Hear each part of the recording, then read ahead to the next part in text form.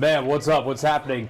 Welcome into another edition of Fast 5 Sports. I am back with you this week. I appreciate my guys right here for holding down my absence last week. Had to go to New York for a wedding. I'm batted field. That's Griffin Demaray. That's Jacob Gallant. Gentlemen, happy Friday. How we doing? All right? I'm doing great. I love that the NBA season is back. I'm just so happy. We've had some really good games already. Well, your boys last night. Thrilled. That was an Sacramento. incredible game. I didn't watch any of it. Down the stretch, neither team was missing a shot. And those are like the best games to watch. It was right down to the wire. It was a 2-point game.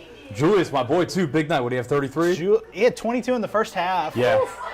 Ant kind of took over at the end there. Malik Monk was unstoppable for a minute. Yeah.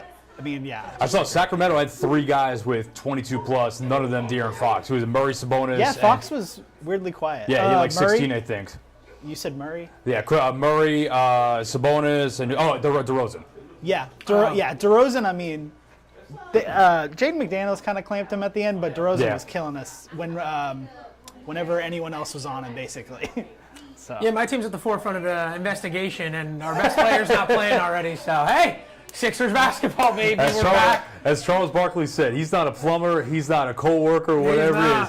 Get on the court. Of course, we're talking about Joel Embiid and the Philadelphia 76ers, also missing Paul George to start the season. Paul George has a legitimate injury. We saw that in the preseason, although not as bad, I guess, as could have been. Who knows, man? I don't know. Philadelphia sports just continue to rack my brain. So. We're going to hit on NBA a little bit later, but it is, of course, Friday. That means we have Friday Football Fever on tap for you, Digital King. Do we have a schedule of games for Friday Football Fever? I know you're always prepared. We also have a soundbite as well. I forgot to tell you that. If you want to get that, I will get that loaded. Up and loaded. All right, let's run through a really good schedule of games. You will catch me at our game of the week, Collierville traveling to take on Whitehaven. More on that and this whole region in just a second.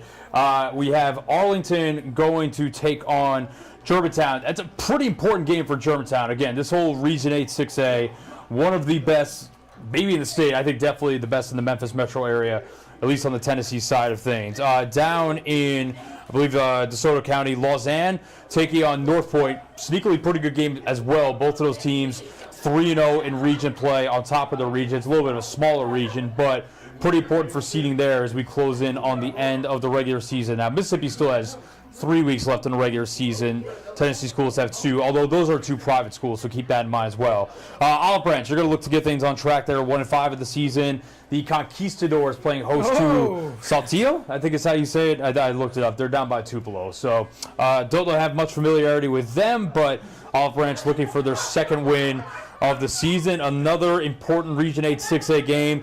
Bartlett hoping to pick up a really critical win against a Cordova team that's been struggling in region play. 0-5 overall. And then we have a Region 8 4A game at Melrose and Orange Mound. Craigmont 1-7 overall, 0-3 in district play, traveling to take on the Golden Wildcats, who are 3-0 on top of their region. All right, so let's talk about our game of the week real quick. So Collierville traveling to take on Whitehaven. Collierville 8-0 overall in the season. They've had a phenomenal year, 5-0 in district play. Whitehaven, I think we've kind of mentioned it before, a little bit ahead of schedule. Pretty young team, but having a really good season. They picked up a big-time win against Houston. Lost to Germantown in a really close game, but the Tigers are 6-2 on the season, 4-1 overall. So with 2 weeks left in the regular season, we have Collierville at 5-0, Houston at 5-1. They beat White Station in a Thursday night game last night. Whitehaven 4-1. This is all in region play, not overall. Bartlett 3-2. Germantown 2-3. I'm just saying we've kind of known this is going to happen all year, but 5 playoff caliber teams, one of them is going to get left out 2 Fridays from now or next Friday night. The only one that's locked in at the moment is Collierville. Yeah. So it's funny too because we're going to hit on in a second, but at the beginning of the year, most people would have picked either probably Houston, defending state champs, to come out, to be on top of this region, or if not them, probably Germantown because they were undefeated in the regular season last year. Collierville lost Aiden Glover, who is playing quarterback or on the roster at Mizzou as a quarterback, so obviously a high caliber, SEC Division I quarterback. A lot of people thought they maybe wouldn't be as good this season, but Grant Troutman has stepped in. There were some whispers maybe he's a Division I quarterback of his own. He's kind of steadied the ship a little bit. At Whitehaven, I don't think a lot of people really expect, maybe some people expected them to be on the cusp of the playoff picture, but they were right in the thick of it as well. So I had a chance to talk with Joe Riccone at Collierville, Rodney Salisbury Jr. at Whitehaven about, playing with a chip on your shoulder a little bit, kind of overcoming expectations and proving people wrong so far this season. Listen, we lost a lot of good players last year off last year's team, and immediately everybody kind of picked us to be near last in region. We reminded our kids that constantly, and they didn't like to hear it, and so it kind of got old. And I think our kids just kind of wanted to prove something. We just want to reestablish ourselves as the program that we've always been. So it takes time sometimes when you go through, with COVID, with staff restructuring, with things that change. You have to rebuild that core and bring that foundation. And everything's been going great. And just letting them know that this is where we belong. This is the program that we've built. And they're just standing on the shoulders of giants. And their job is to continue that legacy. All right, so again, let's lay this out the last couple weeks of the regular season. Like I said, Collierville locked in. They're 5-0. They're in the playoffs. They are playing for seeding. Sorry, let me turn that off real quick. Silly ads. Collierville's in no matter what. They're playing for seeding. Now, if they win tonight, they still have to win next week against Houston if they want to lock down the number one seed in the region, which, I mean, that's going to be a great, great game. Because, like I said, Houston won last night. I believe Houston, let me do the math here. I think Houston is pretty safe, although I don't think they're locked in quite yet, but don't quote me on that. Now, Whitehaven, like we said, they're 4-1. They're in a good spot, but they host Collierville tonight, and they go and host Bartlett next week. Bartlett is a game behind them in the standings. Bartlett plays Cordova tonight. All due respect to the Wolves, Bartlett should be probably pretty heavily favored in that game. I would expect the Panthers to pick up a win tonight, which would move them to 4-2. So now you get into a scenario where Germantown is playing Arlington. Arlington showed some things this year, but Germantown, again, is the favorite in that game, should be expected to win. So in this scenario, you have Germantown 3-3, you have Bartlett 4-2. Let's say theoretically, and Whitehaven could definitely win tonight. Let's say theoretically Whitehaven loses to Collierville tonight. Right. Then you've got a scenario: Whitehaven 4-2, Bartlett 4-2, Germantown 3-3.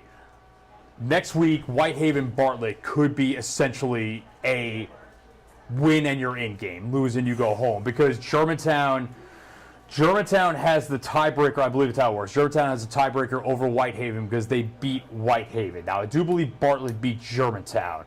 So, yeah, this is...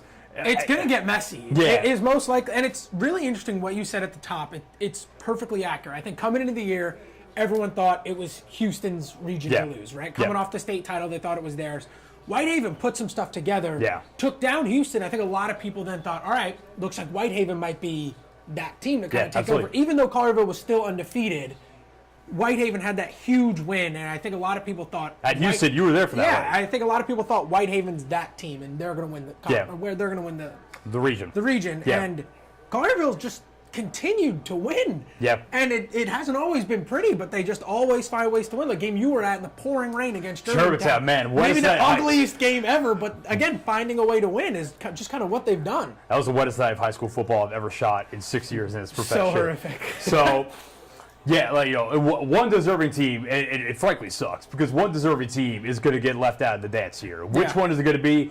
I'm not sure. And we've talked about it a couple times. The cool thing for Whitehaven is they're a little bit ahead of schedule. I can tell you the feeling within the program is that next year could be a lot of fun, because next year they're going to have a huge senior class that are juniors right now and a huge junior class that are sophomores right now. And Rodney Salisbury, he told me their freshman class is enormous. Now, the caveat with your freshman class being enormous is over a couple of years, guys kind of get weeded out and figure out, do I want to do this? Do I really love the game like this? But yeah, man, this is one of the best slate of games we have had all season, which makes sense. We're coming down to the wire, playoff spots, seeding is on the line. And yeah, we've just got a bunch of really good teams on tap for tonight. So looking forward to that. I will be at Whitehaven High School at 6 o'clock with a preview of our game of the week, Collierville versus Whitehaven. Full highlights of all these games, including our game of the week, coming up tonight on Friday Football Fever at 10. All right, let's talk a little college ball, shall we? We got a schedule for this too? Yes, sir. What up, Ron? You guys didn't want to talk about Cowboys? You don't want to talk about the Cowboys. It's getting ugly in Dallas. Yeah, especially they've got the 49ers this week. All right, little, slightly small, although we have two Mid-South schools play each other. Right. Charlotte taking on Memphis. That is at Simmons Bank Liberty Stadium. That is an 11 a.m. kick tomorrow. Charlotte coming in at 3-4 overall, 2-1 in conference play. Memphis 6-1 overall, of course 2-1 in conference play. Tigers 20-point favorites for that one. Down in Oxford, again, we're going to hit on it. This game had so much juice coming into the year. Oklahoma taking on number 18 Ole Miss. The Sooners 4-3 overall, 1-3 in SEC play. Ole Miss 5-2. Unfortunately, they are 1-2 in SEC play. The Rebels 20.5-point favorites, which I found out yesterday, and I was kind of blown away by that. So curious how that plays out. And then down in Stark Vegas, Jacob Gallant's own Mississippi State Bulldogs. 1-6 overall, 0-4 in SEC play, hosting Time to turn that thing around. the Fighting Sam Pittmans, 4-3 overall, 2-2 in conference plays. Arkansas, Tennessee on a well-deserved bye after a thrilling win over Alabama last Saturday. All right, you were at, like I said, I was out of town last weekend. Of course, I'm always tapped in, always keeping up with what's going on. But you were paying attention to that Memphis game, pretty heavily filling in last weekend, and what a shootout that was. Fireworks, man. I mean, over 1,100 yards of total offense. You had North Texas scoring 75-yard touchdowns on their first 2 offensive snaps of the game to the same player on a jet sweep and then a 75-yard throw. So DT Sheffield, who is from Corinth, Mississippi, Corinth native, played at Northwest Mississippi Community College, bounced around a little bit, and shout out Gabe Kuhn over at 929 ESPN. He tweeted before the game, this dude is a weapon. And then, lo and behold, I mean, he was had right. 3 touchdowns total, too. He had another one in the second half. Yeah. But it was just a very up and down game. I mean, just back and forth, punch, counter punch. This week is going to be much different. I mean, North Texas was a team coming in, putting up over 40 points a game, putting up over 500 yards of offense. And now you bring in Charlotte, who's putting up 23 points a game, giving up like 35. Yeah. Coming off a spanking against Navy, 51-17, something like that. So, much different team, but Charlotte also has had a tough schedule. They played Indiana out of conference, who's a wagon this year. They played North Carolina, who isn't that good, but it's still another Power 5 team. And they played JMU, who in the group of 5 is a very good team. So Charlotte Conference plays 2-1. It's definitely not it's not a game you want to look past if you're Memphis. But Silverfield said this week too, they're not looking past anything. You can't. You literally cannot look past anything. But so, speaking of not looking past it, I think if the Tigers remember last year's game against you Charlotte, brought this up. That came down to the wire. That was their first ever meeting, so Tigers are 1-0 on them. That game ended up going to overtime. Tigers won 44-38. They trailed 10 points with under 7 minutes to go. Yeah. Charlotte had a running back last year in that game, fellow by the name of Hassan Wilson, who I believe had 1 carry all season before that game. He gets 24 carries in that game for 198 yards and 3 touchdowns. Must be said, last year's Tigers defense was much worse than this year's version. But they made that fellow Hassan Wilson look like Adrian Peterson that day. It's funny, I was talking with Jonah Dillon, who is the Tigers beat writer for the Commercial Appeal at Ryan Silverfield's press conference earlier this week. And he was at that game, and he said that there were Charlotte beat writers that were literally scrambling through the game notes and the rosters as this guy's going off, because even they had no idea who he was. I mean, just totally came out of nowhere. I mean, he was running well, though. I mean, the Charlotte offensive line was physical and imposed their will in that game. Yeah, I believe there was a really clutch field goal in that game. I think Blake Watson scored the walk-off touchdown at overtime. Tigers had a bunch of those games last year. At North Texas was a heart attack game last year, so that was kind of par for the course for the 2023 Tigers. I do think it's interesting that I said, last Saturday against North Texas, I think that we all came into the season with this idea that the Tigers' identity was going to be Seth Hennigan, aired out to Rock Taylor, to Beer Blankenship, Kobe Drake. Reality, I think what the North Texas game showed me is that this offense goes as Mario Anderson goes. Exactly. 4 touchdowns in that game. What do you have? 180 on the I was going to say close to 200 rushing yards. Yeah. Career game for him. And, Seth had a nice game. Rock Taylor had a pretty nice game. Devere Blankenship scored a touchdown. But to me, I think that we're at the point where it maybe it's flipped. I think the identity of this offense is really get the ground game going with Mario Anderson, and then that opens up kind of some of your deeper shots down the field and gets everyone else activated. Yeah, I could not agree more, because if you look at that Navy game, they fell behind by 20 or so points and were forced to just drop back and throw it 60 times. Mm-hmm. I think you're totally right. I don't think that's the identity of this team. They're better when they can play with both. You can run the ball well, and then you establish it. Because even you think about that North Texas game, that bomb that he threw to Blankenship, off of play action to Anderson. All the linebackers bit, safeties came down, wide open over the top. So I think you're totally right. Well, I think about USF game. That offense totally stalled out after Mario Anderson got ejected. Yep. I don't think that's coincidence because they were rolling. Mario gets ejected for the spitting incident, and then wild. And then they never really got much of anything going. Now, obviously, that was a weird game with the circumstances and whatnot, but still, I don't think it's coincidence that 2 touchdowns in their first 3 drives, and then Mario gets ejected, and they do basically nothing offensively the rest of the day. So, yeah, I mean, this is – make no bones about it. This is a game Memphis should win and should win comfortably, but, again, this is a bit of a wacky conference where anything can happen week to week. We'll also say, you mentioned Charlotte got blasted by Navy 51-17 last week. I've said it since the week after Memphis lost to Navy, and it looks more and more true by the week. That ain't a bad loss at this point anymore. I mean, no, and you got Navy this week not hosting, they're playing the game at MetLife, but playing Notre Dame. Yeah, that's going to be a fun game. This week in MetLife at noon. The American Conference, man, is going to be weird to end the year because you still got Army, who's also undefeated. I argue Army almost looks better than Navy, too. Yeah. They look stronger up front. But, yeah, it's going to be really weird. It's crazy to think Memphis could go 11-1 and be completely shut out. Yeah. I think the nation is all rooting for that Army-Navy game to be for a playoff spot. Yeah. Just throwing it out there. At this point, I think that would be awesome. Conference championship. We might get back-to-back weeks of Army-Navy at this point, which would be nuts. Absolutely insane. But I think I made that point. Obviously, if they get left out with 1 loss, it's disappointing, and people would think what could have been.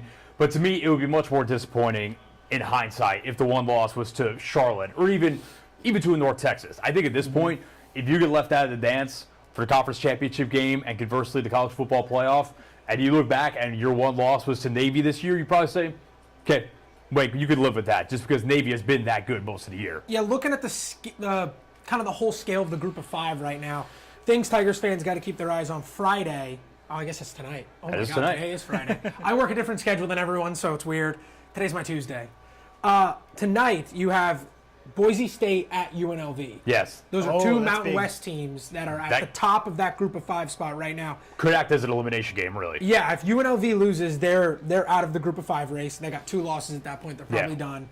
But I don't know. Would you want Boise State to lose another? Because that put them at 2 losses. Here's the thing. I think Boise State has to lose another because their 1 loss is to Oregon. Yeah. And the committee is going to weigh that very heavily. Yeah. They're almost going to pretend that's a win. It was a close loss to Oregon. It wasn't like they got their doors blown off either. So, again, a lot of action in that group of 5 spot with those 2 playing tonight, Navy playing Notre Dame tomorrow. Again, I know that doesn't count for the conference, but still, if Navy loses one, all of a sudden maybe – I don't know if the wheels fall off, but you know what? You're taking down a peg a little bit. Yeah. It's just a little different. So there was a big one earlier this week too. Liberty, like 23.5-point favorites, losing to Kennesaw State. That was their first FBS win.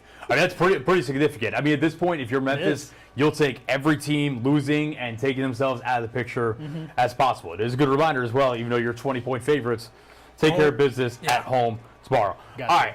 Let's move to the SEC. Let's start. We've got games with each of your teams that we got to talk about. Let's start with your boys who have had 2 weeks to stew in just a heartbreaking loss at LSU. We're moving on.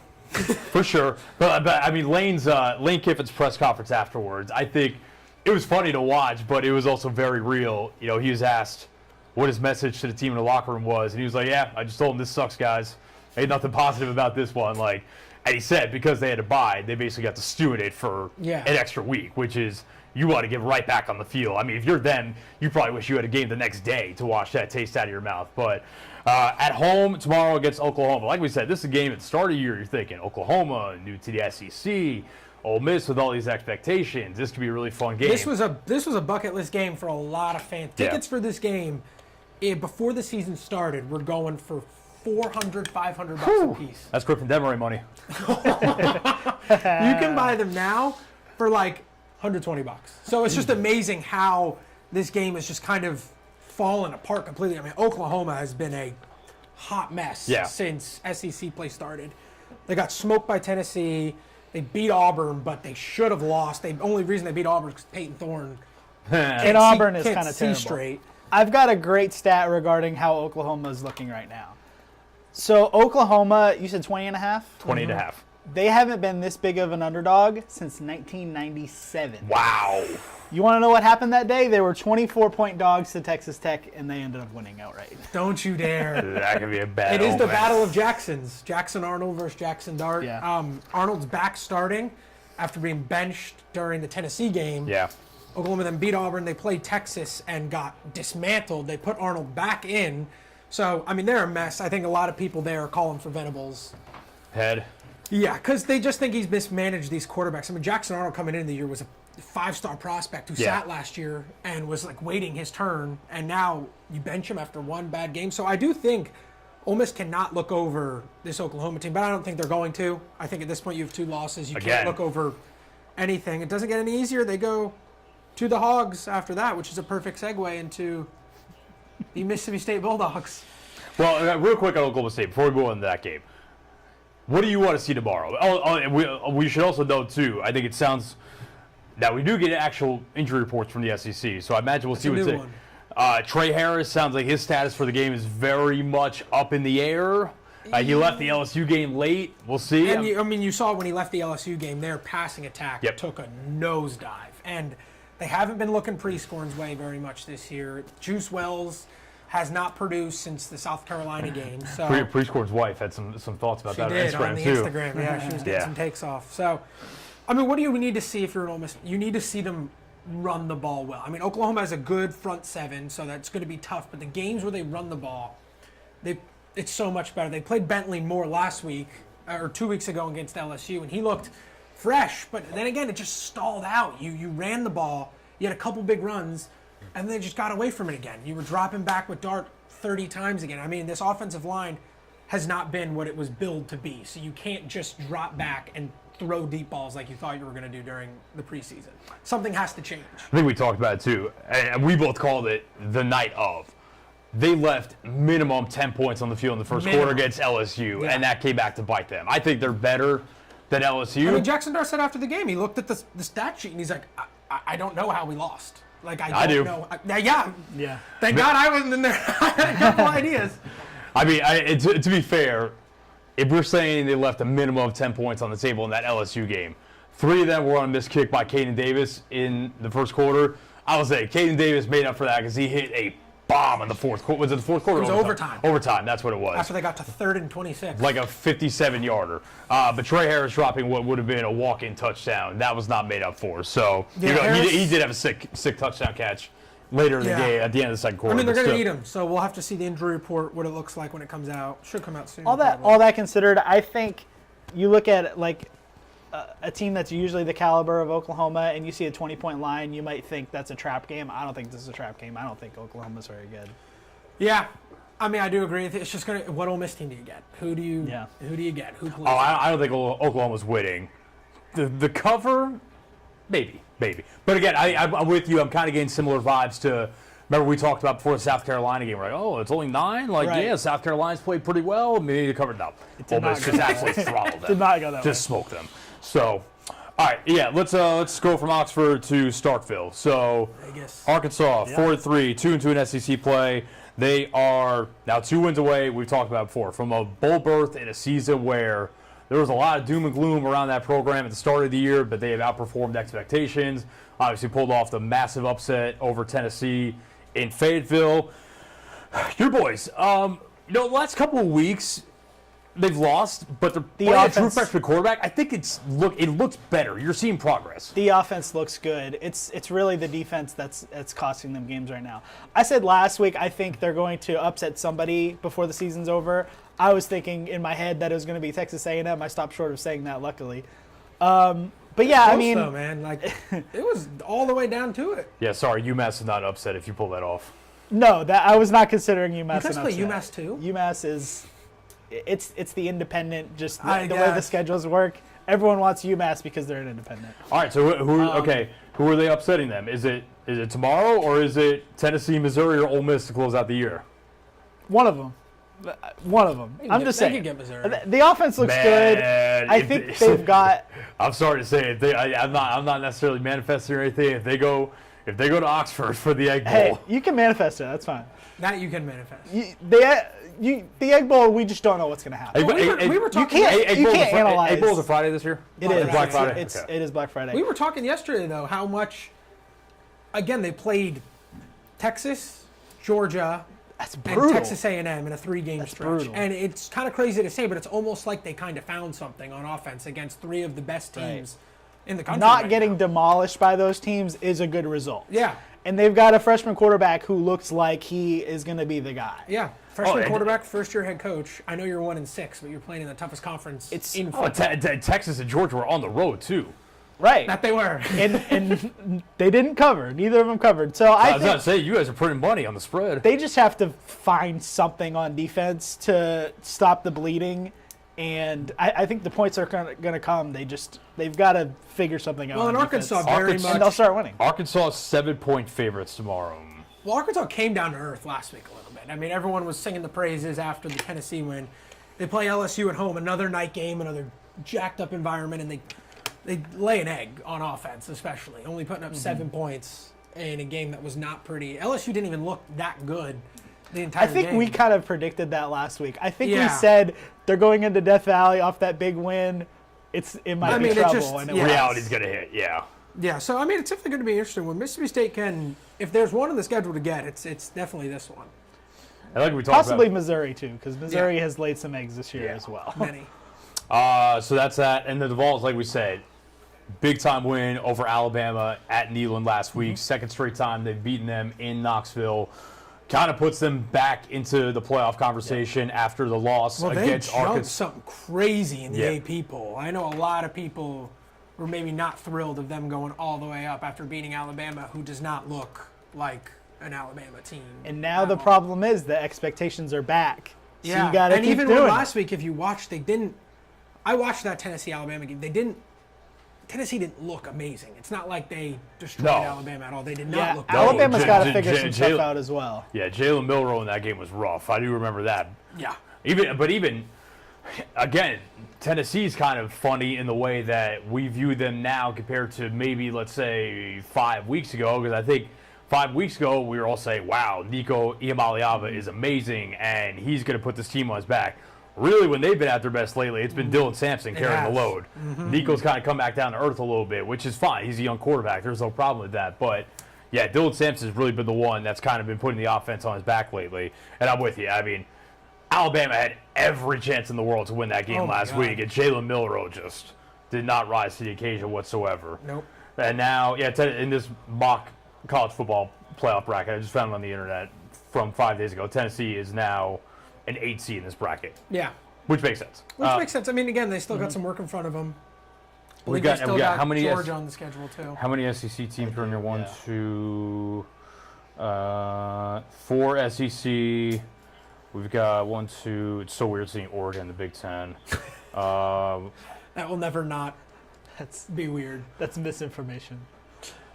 Yeah, but see, they got BYU in here. I don't know. Well, that's I- got. Oh yeah, I mean BYU's undefeated right now. Yeah, we'll see. Yeah, big time win for them last Friday. They played last Friday night, right? Because I was at this wedding back in New York. Crazy game. Yeah, and at that point, some alcoholic beverages have been consumed throughout the night. But we were at the after party, and BYU Oklahoma State was on. Yeah. And I kind of briefly paid attention to that. Didn't catch you in though. So that's that. Real quick before we move on from college sports, just want to say, many of you know I'm a USF alum. Obviously, just really tragic news yesterday. The head basketball coach for the Bulls, Amir Abdul-Rahim, who is the younger brother of Sharif Abdul-Rahim, used to play for the Grizzlies, dying during, the word is he had a brain tumor and he went in for surgery, and then there was a blood clot during the operation, and he unfortunately passed away at 43. 1 year at USF, maybe the best season in program history, but more than anything, just infectious personality, someone that the whole community really rallied around. Obviously, he took the Bulls to a pretty massive upset win here against Memphis last year. So, man, just wanted to say condolences, thoughts, and hope his family can find some comfort because it's just a really tough and tragic situation. So, before we move on from college sports, just wanted to hit on that real quick. All right, the Hill Street Bears back in action tonight, coming off season opening win in Utah, a hard-earned season What a opening weird win. game. Yeah, here's the thing. People are going to say, oh, they were up 17 and they let Utah come back to take the lead and then they won. we know at this point, 17-point leads in the modern-day NBA, it doesn't mean anything. Right. Nothing, especially when you can shoot the three, which the Jazz have some good three-point shooters. Excuse me, Lauri Markkanen. It went crazy. He's a monster. He is a monster. But it must be said, too, that the Grizzlies were playing without, I think, probably 4 of their top 10 rotation guys and probably 3 of their top 7. No Jaren Jackson Jr., no Vince Williams Jr., no G.G. Jackson, no Luke Kennard, no Cam Spencer. I don't know if Cam Spencer would have played, but still. Missing a bunch of guys. And you go to Utah, which, whatever you think about the Jazz, I kind of think that the Jazz are going to be, kind of feisty until the trade deadline when Danny Ainge unloads whoever for more assets. Lauri Markkanen for 10 picks. Maybe. They should hold on to him. It sounds like they're gone. They gave him the extension, and then the caveat of the extension is they could trade him, but I don't know, man. That feels like a piece that you should hold on to. Yeah. And I'm sure they are very much in Cooper Flagg discussions, Ace Bailey discussions in terms of what they want out of next year's draft. But yeah, I don't know, man. Lauri Markkanen is a really good player. The thing with Utah, and I think it's mostly Markkanen, but I think they're in that weird spot where they're not good enough to make a playoff push, but they're also too good to get the number 1 pick. Probably. Yeah. Until they blow it up. Right. So they're in kind of a weird spot where they could upset some teams on any given night, really. And Well, they Utah almost pulled always off seems one. to just play good basketball, too. Like, it's never... In today's NBA, you see so many stand-around isolations, things like that. I don't know why, when you watch Utah play, it's been this way for the past couple of years. They move the ball really well, good spacing at all times. I think Will Hardy's a good head coach. Yeah, and I think you're going to see a much different brand of basketball tonight when you play the Houston Rockets. Who are coming up. Can we first give a shout-out to Santi Aldama, 20 Yeah, I was going to hit on that, yeah. I mean, so, no two ways about it. Fourth quarter, Desmond Bain started taking them home. Call 12, Ja Morant took them home. Sensational play after sensational play, whether it's scoring or just, I think that he might be the best passer I've ever seen, just in the air, hanging, kind of surveying the court, and then whipping it one way or the other. And there's specifically 2 plays where I'm thinking he drew 3 guys when he was going to the rim, and Santi cuts baseline for either a dunk or a layup. Yeah. And then obviously, the behind the back and then lefty layup in the final minute over, I believe that was over Walker Kessler. I mean, just filthy, filthy move. So, yeah. We've talked, and I've seen a couple people point this out, but we've talked a lot about this new look offense and the possibilities it creates. At the end of the day, when you need to close games out, you go to your best players. Yeah. And Ja Morant is someone who has delivered in the clutch time and time again. He did in the season opener. But yes, let's also give a shout out to Santi Aldama. You want to read out the stats? I got it. 27 points, 5 of 10 from 3. Yep. 10 of 16 overall. 5 rebounds, 2 assists.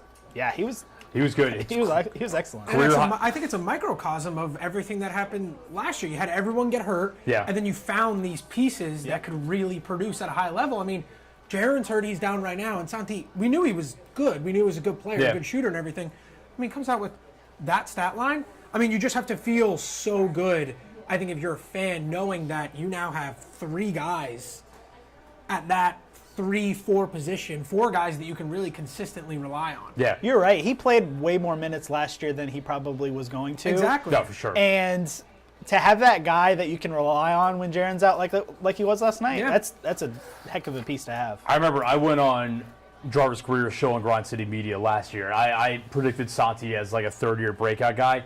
Didn't really happen. He had some moments. But again, he was asked to do probably more than what should have been expected last year. But I think the only real problem with Santi's game is that he's just kind of really thin, and physically he can get overmatched sometimes, especially defensively. But good shooter, good form. So that was above anything. I thought the mechanics of his shot were good, and that was going to come eventually. Santi is a low-key freaky athlete. I mean, Santi can really, really jump. And he'll catch some people off guard, but... Well, and you mentioned the fact that he's a little scrawnier, may not be the best defensively, but again, this year you have that anchor back there. Yeah. I know he fouled out early in the game. And he's, not the best NBA not debut the for best Zach NBA, but Santi can play more minutes because you know you have that anchor back there waiting for you with the help. Edie, again, in college, this is what Purdue worked so hard not to happen. Purdue had him very rarely get up and contest shots. Yeah. He very much stood in the paint and just hands up, just rebound. Yeah. And it's definitely going to be a transition for him to actually be a rim protector. But that's going to be his role on the Grizzlies when Jaren's in the lineup as well. Oh, yeah. I mean, they're going to have Jaren roaming all around the court like he did a couple years ago when he won Defensive Player of the Year. And Edey's going to be, like you said, that anchor towards the rim. So don't freak out. No. Save the hot takes. It's one game. It's his first NBA game. Listen, the NBA athletes are a lot quicker and jump a lot higher. It's a little bit different than college. He'll be fine. I don't have any doubts about that, especially because, again, he's not being asked to do too much on this team. Protect the rim, bully guys down low when he has the mismatch, be the anchor defensively. He'll be fine. What else we got here? Ja was awesome again. Just down the stretch, clutch play after clutch play. Desmond Bane, quiet first half, but, from the word go in the third quarter, he just kind of turned it up. Des looks like he worked on his handle a little bit, too. I don't know if you guys watched, but he had a couple plays where he was going for a loose ball, and he did the really quick spin. It was slick, and it created some fast breaks off of that. So that was nice. If he shoots 4 of 10 from 3 every night, you're going to take that. Yeah, for sure. 100 times out of 100. Des with 24.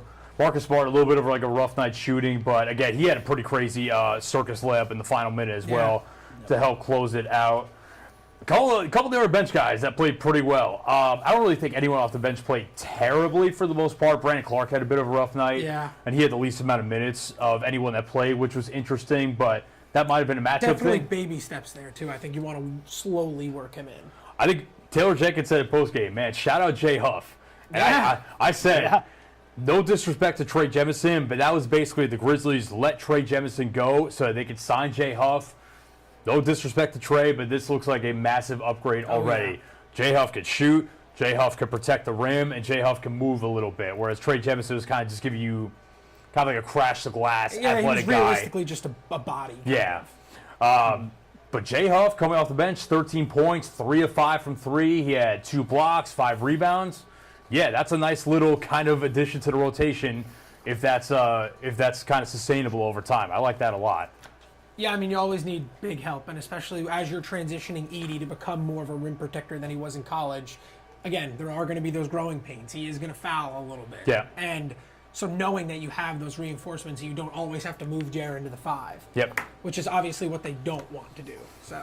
And he shot 3 for 5 from 3. Yeah. That'll get you in the lineup. Yeah.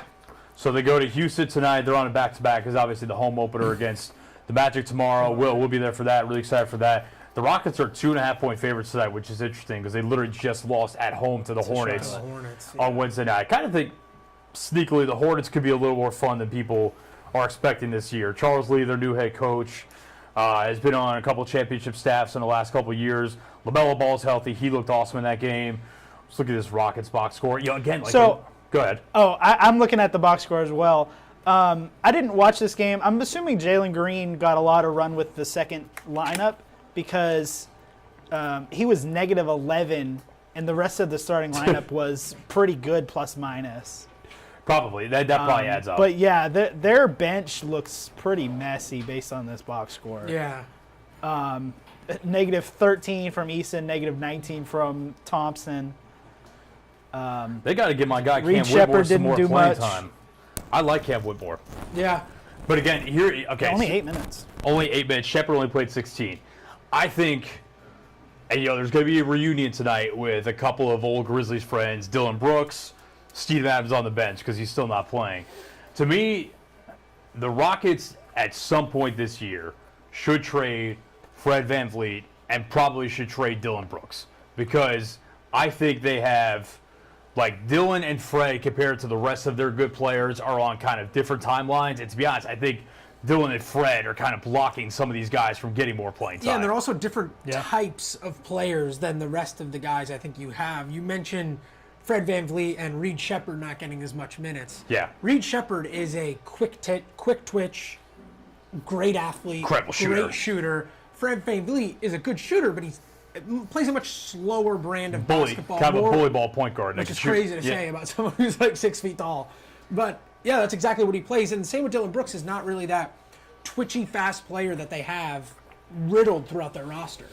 Dylan and Fred on Wednesday night combined to shoot 5 of 24 from the field. That is so Dylan was 1 of 6. Fred was 4 of 18. 4 of 18. But again, if I'm Houston and this is, I don't know if there's a conflict between the front office and the coach. I imagine Ime Udoka wants to win now. Yeah. Because that's kind of what he's always done, especially going back to his Celtics days. To me, if I'm looking at this Houston Rockets roster, I'm building around Şengün is, I think, the number one piece for sure. I'm building around Alperen Şengün. He had a great game the other night, 25, 18, hit a couple of threes, 5 assists, 4 steals. I mean, Şengün is. Have you guys seen the meme where it's, for you Pokemon fans out there like me, Charmander, Charmeleon, Charizard, and then it's Şengün, Sabonis, and Jokic? Yep. Perfect. Yeah. That is perfect. I think it fits pretty well. You should be building around Şengün. Kind of TBD on Jalen Green now. And so Jalen Green just signed. Just gave him the deal, yeah. Yeah, but it's also like a Right. weird, like they gave him a player option in year 3, and I've read some chatter that it could be used as a trade piece down the road. It's definitely a tradable contract, Yeah. being only 3 years. The Rockets have kind of been linked to Kevin Durant, or at least having interest in Kevin Durant. TBD on that. Oh, gosh. Whether it happened, I mean, whether We'll have to see how Phoenix looks. this or year. whether KD decides in 6 months that he doesn't want to play for Phoenix anymore because My next journey. he's admittedly kind of mercurial like that and can switch up really quickly. I also really like Amen Thompson, too. I mean, Yeah. if you were to trade Dylan and put him in the starting lineup, I think that's a good No, move. I mean, that's the thing. I think their backcourt of the future should be Reed Shepherd, Amen Thompson. I know he hasn't had the greatest start to his career. I'm still a believer in Jabari Smith. I liked him a lot coming out of Auburn, just kind of the player profile. It hasn't all come together yet, but there are definitely some moments where There are flashes you last realize year. the potential. And then Şengün, and then Jalen Green. So, yeah. And then you got, I like Tari Eason, Cam Whitmore again. I just think that this roster almost has too many of the same guys at almost like every position. Yeah. Minus Şengün, basically. So And it's a very young team, minus Van Vliet and Brooks, yeah. and Steven Adams, who's Yeah. kind of in there in a mentor role, I guess. Yeah. I'm trying to think who did not play. Like everyone played that shit. Jeff Green is on this Rockets team. Another Houston stint for Journeyman. another. Grizzlies legend. What Well, team? this is Is that like team 17? how many teams has Jeff Green played He's got. for? That's That's a his good trivia. That would have been a name his, every that's team. his second That would've been a good one. Houston stint because he was on yeah. those Rockets teams when they Yeah. almost took down Golden Look at all State. those colors right there in the top. My right. God, how many teams do we have for Jeff Green? Okay, we've Uncle got Jeff. Seattle, we've got Boston, we've got Denver, we've got here in Memphis, we've got Houston, 2 tenures, Cleveland, Washington, Orlando, Brooklyn, Utah, Clippers. We have 11 teams for Jeff Green. Electric. I need the rainbow meme with the Shaq pictures for Jeff Green. Sorry, Seattle's, gotta exist. Seattle's technically OKC, but he got drafted. He got drafted the same year as KD. Yeah. In 07. So he would have played 1 year in yeah, Seattle. he played 1 year in Yeah. Seattle and then went to So OKC. if you count those as 2 teams, that's an extra team. It is. And Man, then he was a really like promising young player. And then remember he had the heart thing in Boston. Yeah. I mean he's carved out a really nice career for himself. And Yeah. has underrated poster king too. I mean he has caught. He's got a good highlight tape. Yeah, he's caught some dudes Yeah. at the rim before for sure. Wasn't he on those Clippers teams with Chris Paul and Blake Griffin and all them? I think he might have been at some Yeah. point. Yeah. All right, but that's that. So Grizzlies at Rockets tonight. I believe that is what time do we have to start for that? Let's see. Oh, I have a graphic of the upcoming schedule if you guys want to Yeah, take a let's look do it. at Why that. We get the Rockets tonight. 7 a.m. Home tip tonight. opener tomorrow against the Magic, and then we got a stank nice for 2 home games. stretch. We got Magic, Bulls, Nets, Bucks all at home. Got some stank in the middle of that homestand. Bulls in the Nets. Is that game Saturday at 7 too? What game are you talking Magic? about? Yes, tomorrow night is a 7 o'clock game, and I believe both of these games are 7 o'clock games. Yeah. I think I have it up. Magic is going to be a fun one. They've got a Yes. good squad, good young squad. Bulls and Nets should be 2 very easy wins, but Then you a never good know one with because the it's the Bucks NBA. on Halloween. And then, Yeah. yeah, Bucks is going to be a great game. Bucks looked nice against the Sixers on Wednesday night. Obviously, you guys did not have Embiid nor Paul George, so It'll be interesting to see what Lillard does this year because last year going in, we were all so like, wow, Embiid and Giannis and Lillard, and it didn't really just it never really let's not meshed forget together. last none of year- us thought Adrian Griffin was going to get fired 43 Sure. games into the season as Yeah. well. And they hired Doc Rivers. the GOAT. Again. But if Lillard just is Damian Lillard. That's going to be a really good Hey, I team. think if Grizzlies fans, you're just hoping for a repeat of last year's game because that was fantastic. Yeah, you were at that game, right? Yeah, Vince Williams and Gigi went for like 65. And Zaire, right? Zaire had a pretty Yeah. nice game too. That's like future Nets legend Zaire Williams. Oh, so he'll be here this coming week. Oh, yeah, Yeah, with the that's Nets. right. Homecoming for him. Man, I'm not exactly happy about the World Series starting on Friday night, but Yeah. Nor are many people. Yeah. I don't know what they were thinking with this. But Yankees-Dodgers, Game 1 at Chavez Ravine, Dodger Stadium tonight. It is like an 8 o'clock first pitch, I believe. 8 o'clock so. Eastern. Every game is the same start time. 8:08 7:08. 7:08 Central. So, yeah, I am not happy about the fact that it's starting on a Friday night. I will say, I don't know what your guys' opinions on this. There have been a lot of people that have been complaining about this World Series and how it's bad for baseball, blah, blah, blah. I am a lifelong Yankee hater. I will sit here and tell you that straight up right now. I was raised that way. This is an awesome World Series in terms of, and maybe that's the coastal elitist New Yorker in me, but Well, I mean, it's in terms of the talent. the star power, obviously, yeah. I mean, and the star power, the marketability. I mean, this is great. Yeah. Judge and Shohei, that on its own, and then you throw in the other stars, the Sotos, the Mookie Betts, and those guys. This is a fantastic World Series for the sport of baseball. I'm totally with you, especially if you're a person who wants the game of baseball to grow and become more popular like it was in the past. This is what we need. This is what we need to get there. Yeah. Even if we got to spam Shohei Ohtani 8 at-bats away all game, it's fine. I think I'm the only one that picked a team. Did either one of you guys pick the Dodgers? Nope. No. I was the only one who picked the Yankees to go to the World Yeah. Series. And again, that was kind of by default. I just didn't really see anyone in the AL that really stood out to me. But yeah, I think this is going to be a really, really, really good series. Again, seeing Shohei going to the Dodgers, getting to the World Series year 1 is pretty awesome. They've overcome their pitching concerns somehow, some way, which I think that was what made us most hesitant on them getting there. But they just kind of outslugged the Mets. Yeah, they And, just said that we're just going to score. Yeah, just got outslugged. And they didn't have Freddie Freeman for a good amount of that series as well. And it sounds like he's going to be back for the start of this series. What percentage he's going to be at, TBD. He has a pretty badly sprained ankle that was supposed to keep him out like 4 to 6 weeks. But Special shout out to Tommy Edman, continuing the legend of former Cardinals winning the LCS MVP. well, and Jack Flaherty. Well, yes. Right. Tommy Edman, what LCS 3 MVP? out of 5 LCS There you MVPs, go. former Cardinals. Do you guys have a real quick? What are our predictions? I think I've got the Dodgers in 6. I will go. Who is my MVP? I'm gonna go Mookie Betts to win another World Series MVP. Yeah, did he win the 2018 World Series MVP? I believe he did. No, wait, yes, he did. No, that was right? No, Stephen Pierce. Pierce. I was thinking he was the ALCS, but yeah, Stephen Pierce, legend. I'm going to take the Dodgers in 7. Man, let's go 7. I think Ohtani's going to win MVP. That would be I don't so think there's elite. any. I don't think there's any stopping it at this point. If he cranks a few homers, yeah, just give him the award. I'll go against the grain. I'll take Yankees in 6, and I'll take, if the Yankees win, it's going to be Judge's most likely MVP. I was gonna say if the Yankees win, I'm taking Stanton. Stanton's Maybe so Stanton good. has Man, been slugging the ball. you know what's funny? Real quick before we move on to football. So I've got, obviously growing up in New York, I've got a lot of Yankee fans. Some of them have differing. Yankees are an interesting fan base. When Giancarlo first got there, Yankee fans were so convinced that he was not built for the clutch moments and he wasn't ready for New York. He wasn't made for it. But guys like DJ LeMahieu, the contact merchants, those are the guys who won the playoffs.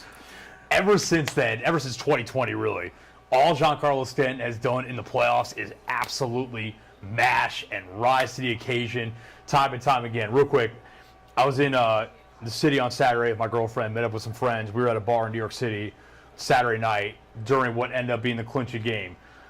When Stanton hit the home run in the 6th inning to tie that game, the place goes nuts, and it's just like this feeling of, oh my God, he really did it again, because he just come up clutch time and time again in the playoffs. So if the Yankees win, I've got Stanton, although Judge is not a bad pick at all, nor would Juan Soto, who hit the game-winning home run that game. Yeah. That's an underrated storyline to me, is what happens to Soto, because he's still waiting on an extension. Yeah. Do you think the Yankees winning the World Series or losing the World Series is more proof that they should sign Soto?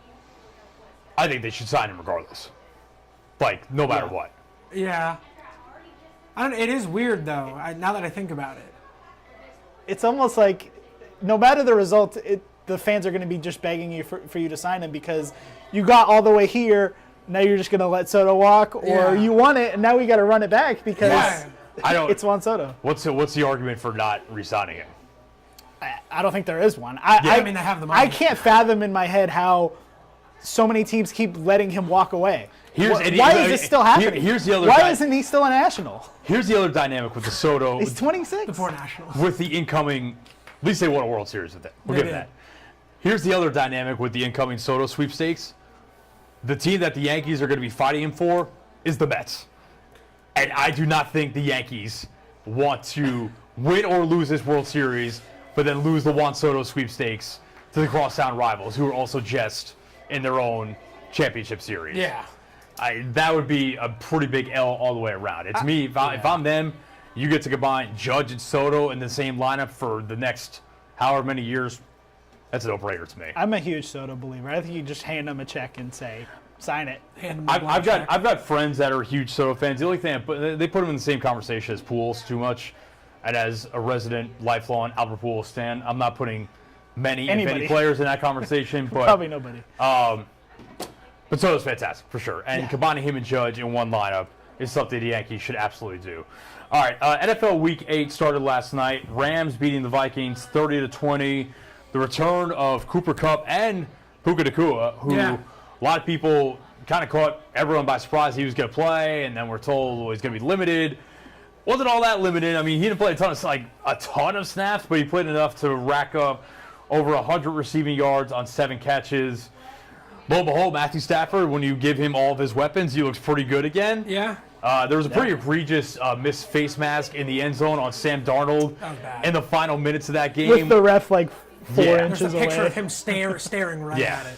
Which basically sealed the game for the Rams. I mean, it would have been a tough road for the Vikings to come back anyways, but in theory, go down the field, score a touchdown, get the 2-point conversion, could have tied the game. So the Rams right back in this race. They're at 3-4. Think any thought of them, there were some rumblings of them trading Cooper Kupp, maybe. Don't think that's happening now. Still think the Vikings are fine. They're at 5-2. Have lost 2 in a row, but again, they lost to the Lions, who I think have a pretty good argument as, at the very least, the best team in the NFC right now. Yeah. And at the Rams. And again, I think the Rams, now they've got all their guys back, Much different team. are going to be pretty good as well. Let's run through this real quick. What are some games you guys have your eyes on? I will say, me personally, so TBD if he plays or not, but Jaden Daniels apparently did practice today. He injured his rib last week in the blowout win over the Panthers. Cost me a couple fantasy matchups. Not thrilled about that. It's all right. You're king. Get better soon. Hopefully you play this week. So apparently there is hope that he could play on Sunday for a matchup against the only other player that was drafted ahead of him in April in Caleb Williams. Yeah. Bears coming in 4-2 off the bye where they throttled the Jaguars in London. Commanders 5-2. Like I said, they just beat the you-know-what out of Carolina last week with Marcus Mariota, quarterback for most of the game. So if Jaden Daniels plays, I absolutely have my eyes on that one. The slate is, I don't know. It's not like a amazing slate per se. There aren't any super headline games. I do love that Buffalo at Seattle game. Yes. I think that could be a really good one. 2 teams. I mean, Seattle just puts up so many yards and so many points. They just throw it around the yard, but I'm pretty sure DK is not playing. Doesn't sound if I'm not good. mistaken. It does not sound good on the DK Metcalf JSN front. week, baby. Yeah, so we'll see what kind of Seahawks offense comes out. Eagles-Bengals is a good one. Kinda sneaky, 2 teams. yeah. I was going to say that's probably my circled game of the week. Yeah, again, 2 teams just very, just interesting. The A Bengals, I think, just little underwhelming each this year, but both you teams know a that little they're going to be in underwhelming. it when it counts. Yeah, Eagles 4-2, Bengals 3-4.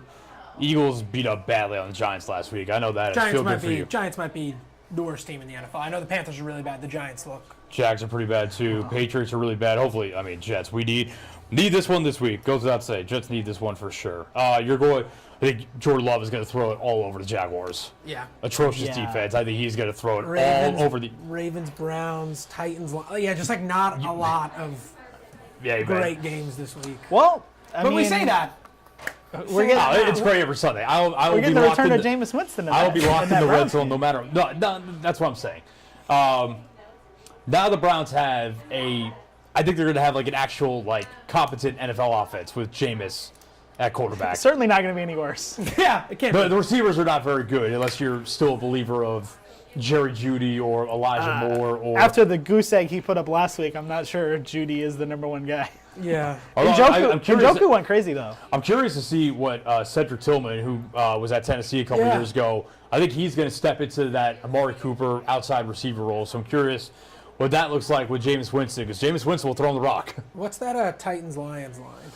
Lions -11. Yeah, it's a high number for an NFL game. The season is. I might be taking that one, though. The season is Mason big Rudolph. time Jover for the Lions. It is, or excuse me, the Titans. It's very much alive for the Lions.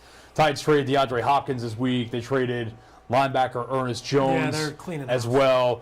D-Hop going to Kansas City, which I really like that move a lot.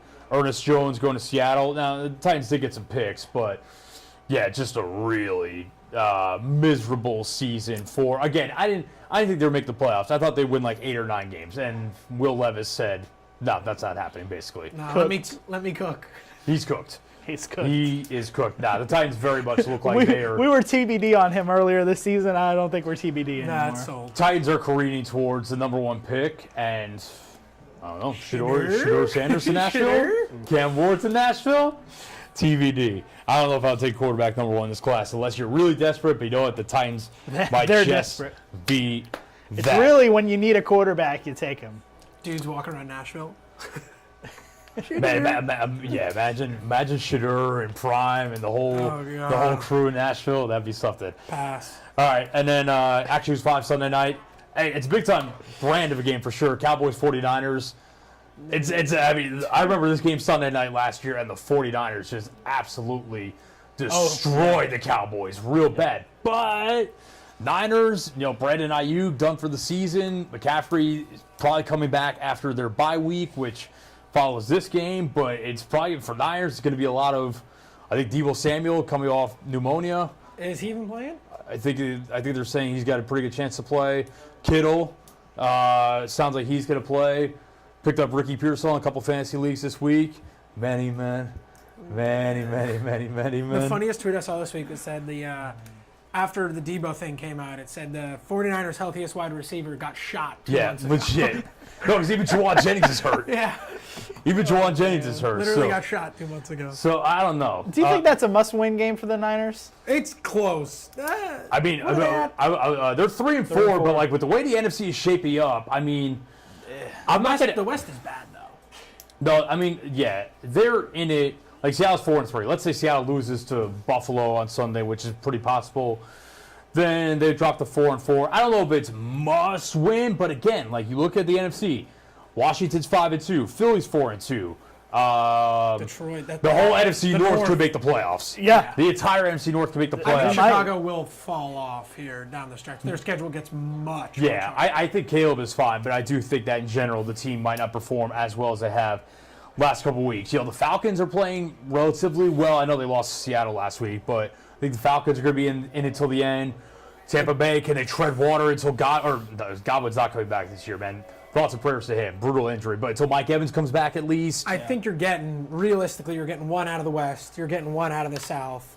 And then depending on what You get happens 3 with out of the Washington, North and then maybe Probably 2 3. out of The the East? Maybe. Yeah. We'll Depends see. what Eagles team you get the rest of the year. It's not must win for San Francisco, but I would feel a lot better about their chances if they do win for I sure. think it's close. It's If- probably a must-win for Dallas. I think it's It definitely a must definitely win. is a must-win for Especially coming off the bye, and the offense hasn't looked great, and they haven't activated. Now, I will say, after the bye last year is when they really activated CeeDee Lamb, and he went on kind of a, I don't want to say historic run the rest of the season, but damn close to it. I mean, he was awesome. Well, you got to think if Dallas drops this one, say the Eagles win and the Commanders win, Dallas is going to be 3 games behind already. What's Jerry Jones going to say on the radio shows after that? But don't worry. Don't worry. Those people are still coming in for the tours, and the tours don't affect the team's ability on the field, even though the fans can watch the players work you out. Just don't talk to the players. They make the team $40 a pop. ESPN article. Go check that one out. All right, let's close this thing out with some trivia. What Let's do you got? do it. All right, first question regarding our Grizzlies. So Zach Edey, we talked about, had a not great NBA debut. So he had just 5 points and 6 fouls. Do you know which rookie had the highest scoring debut this week, and how many points did he have?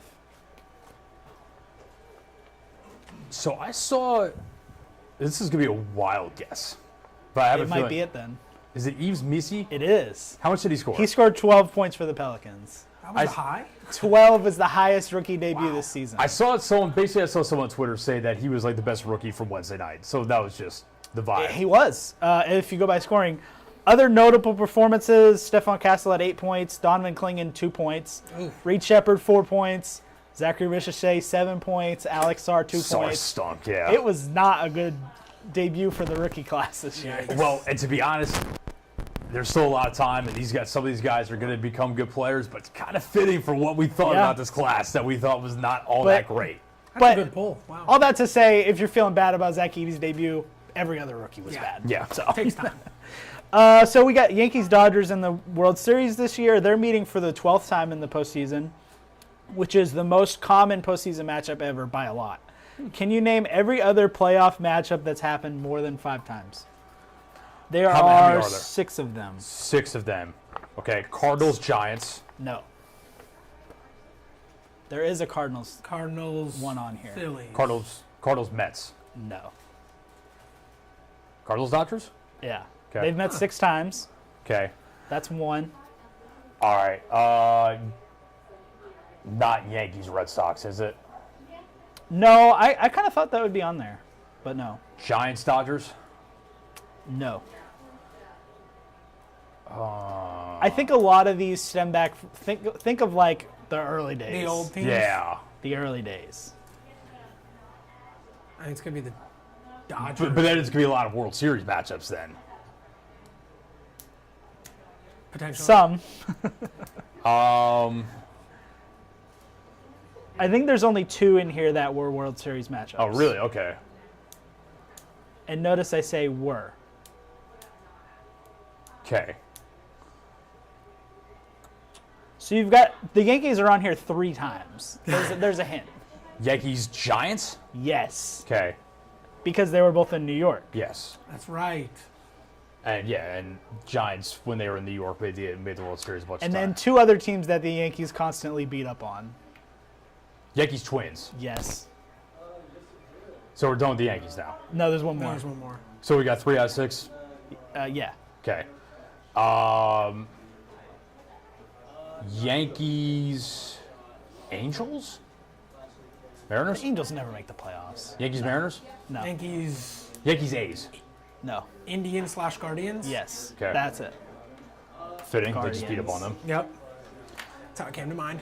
Okay. Give us some hints. We don't take all day. Are these interleague or NL, AL? There is one that's interleague, and there's one that is they play in the same division in the NL. Central. Cardinals, Brewers. Think like 70s. Oh, Pirates, Reds. Yeah. Ugh. 6 times. They were beasts back then for sure. And then And then this one is a recent World Series matchup. a recent. Okay, how soon are we talking? 2020s. Oh, wow. No. Hold on. Wait, why am I tripping out? Not Phillies. Phillies, Astros? No way. When the Dodgers Rays? No. No way. The Rays are fairly new. That would have been wild. Braves, Astros. Yes. When the Astros were because the Right, Astros because were they in the used to be in NL. the NL. Oh, I forgot that. Braves, Astros. I was just rattling off the World Series. All right, so this is a fun one. So this year, Lamar Jackson and Derrick Henry are both averaging more than 6 yards a carry. Can you name every player to average more than 6 yards a carry over a full season since 2020? Since There 2020. Since 2020, there are 4 quarterbacks and 2 running backs on the list. Josh Allen. Yes, he did it twice. Okay. Has Lamar done it already? Lamar has done it twice before. Okay, so it's 2 as 4 That's quarterbacks. 2. Quarterbacks. Wait, so you said 4 quarterbacks, 2 running backs? Yes, the quarterbacks are obvious. The running backs are not obvious. Okay, the running quarterbacks. Allen, Lamar. Who else runs? Like runs like that. These are both running quarterbacks. You would think, yeah, Justin they run Fields. a lot. Yes. Oh, God. Fields 7.1 in 2022. Yeah, Justin Fields. That's wild. That was the highest on this list. Okay, running quarterbacks. there's like a minimum amount over Over a full whole season, yeah. Yeah, so like a 4-game sample, for example, would not count. Right. Okay. Just had a little thought of Anthony Richardson last year. You know, I don't think No, he. Okay. not him.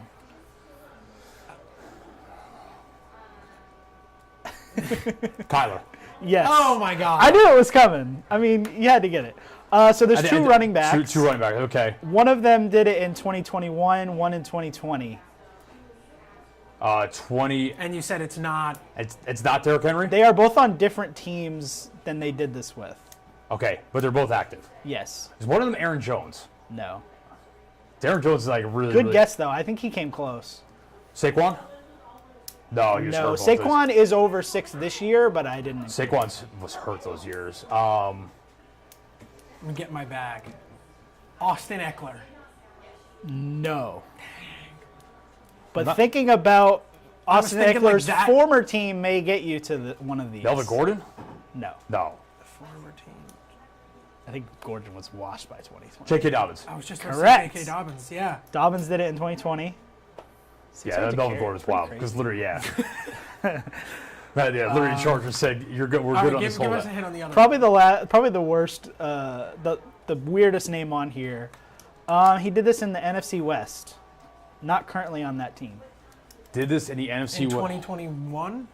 Mostert? No. 2021. I was trying to think. Eli James Mitchell. Conner. Both wrong. Not currently on that team. 2021. Didn't the Who's the Rams running yeah, back the on Rams, the the Rams won No. the Super Bowl that year. Not didn't the they? Rams. Not the Rams. Seahawks? Who was the running back on the Seahawks? This wasn't Carson, was it? No, Carson was gone by then. Kenneth Walker wasn't. No, he got on the drafted team in yet. 22. It wasn't Beast Mode. No. It was Rashad Penny. Oh God! Eagles legend. 6.3 yards a carry. in Eagles 21. legend. Rashad Penny. Rashad Penny. God. How many carries was it? Do you know? Not a lot. No, but he got enough. Well, I remember that he got enough that it wasn't like a ridiculous. I remember there was a conclusion. stretch of like 4 games where he was just I think he breaking, started like like 60-yard 6 runs. games maybe that year. Yeah, I think he's retired now. he is. Okay, I thought he was still active. I No, think he retired after the Eagles cut him, I think. yeah, that was a favorite fantasy draft pick of mine going to last season, which Yep. may be part of the reason last year was one of my worst fantasy seasons ever. So that's that. We bounced back this year. Is that it for trivia? That's it. That's it. All right, fellas. Good show. Appreciate it as always. Good trivia. Good discussion all the way around. Like we said, Friday Football Fever coming up tonight. Preview from Whitehaven High School as the Tigers host Collierville in a huge Region 8 6A game. Full highlights on Friday Football Fever tonight at 10. We will be at the Memphis Tigers hosting the Charlotte 49ers tomorrow. We will be at the Memphis Grizzlies home opener against the Orlando Magic tomorrow night, or at least you and I will be. So look forward to that. Gentlemen, appreciate it as always. Fun stuff.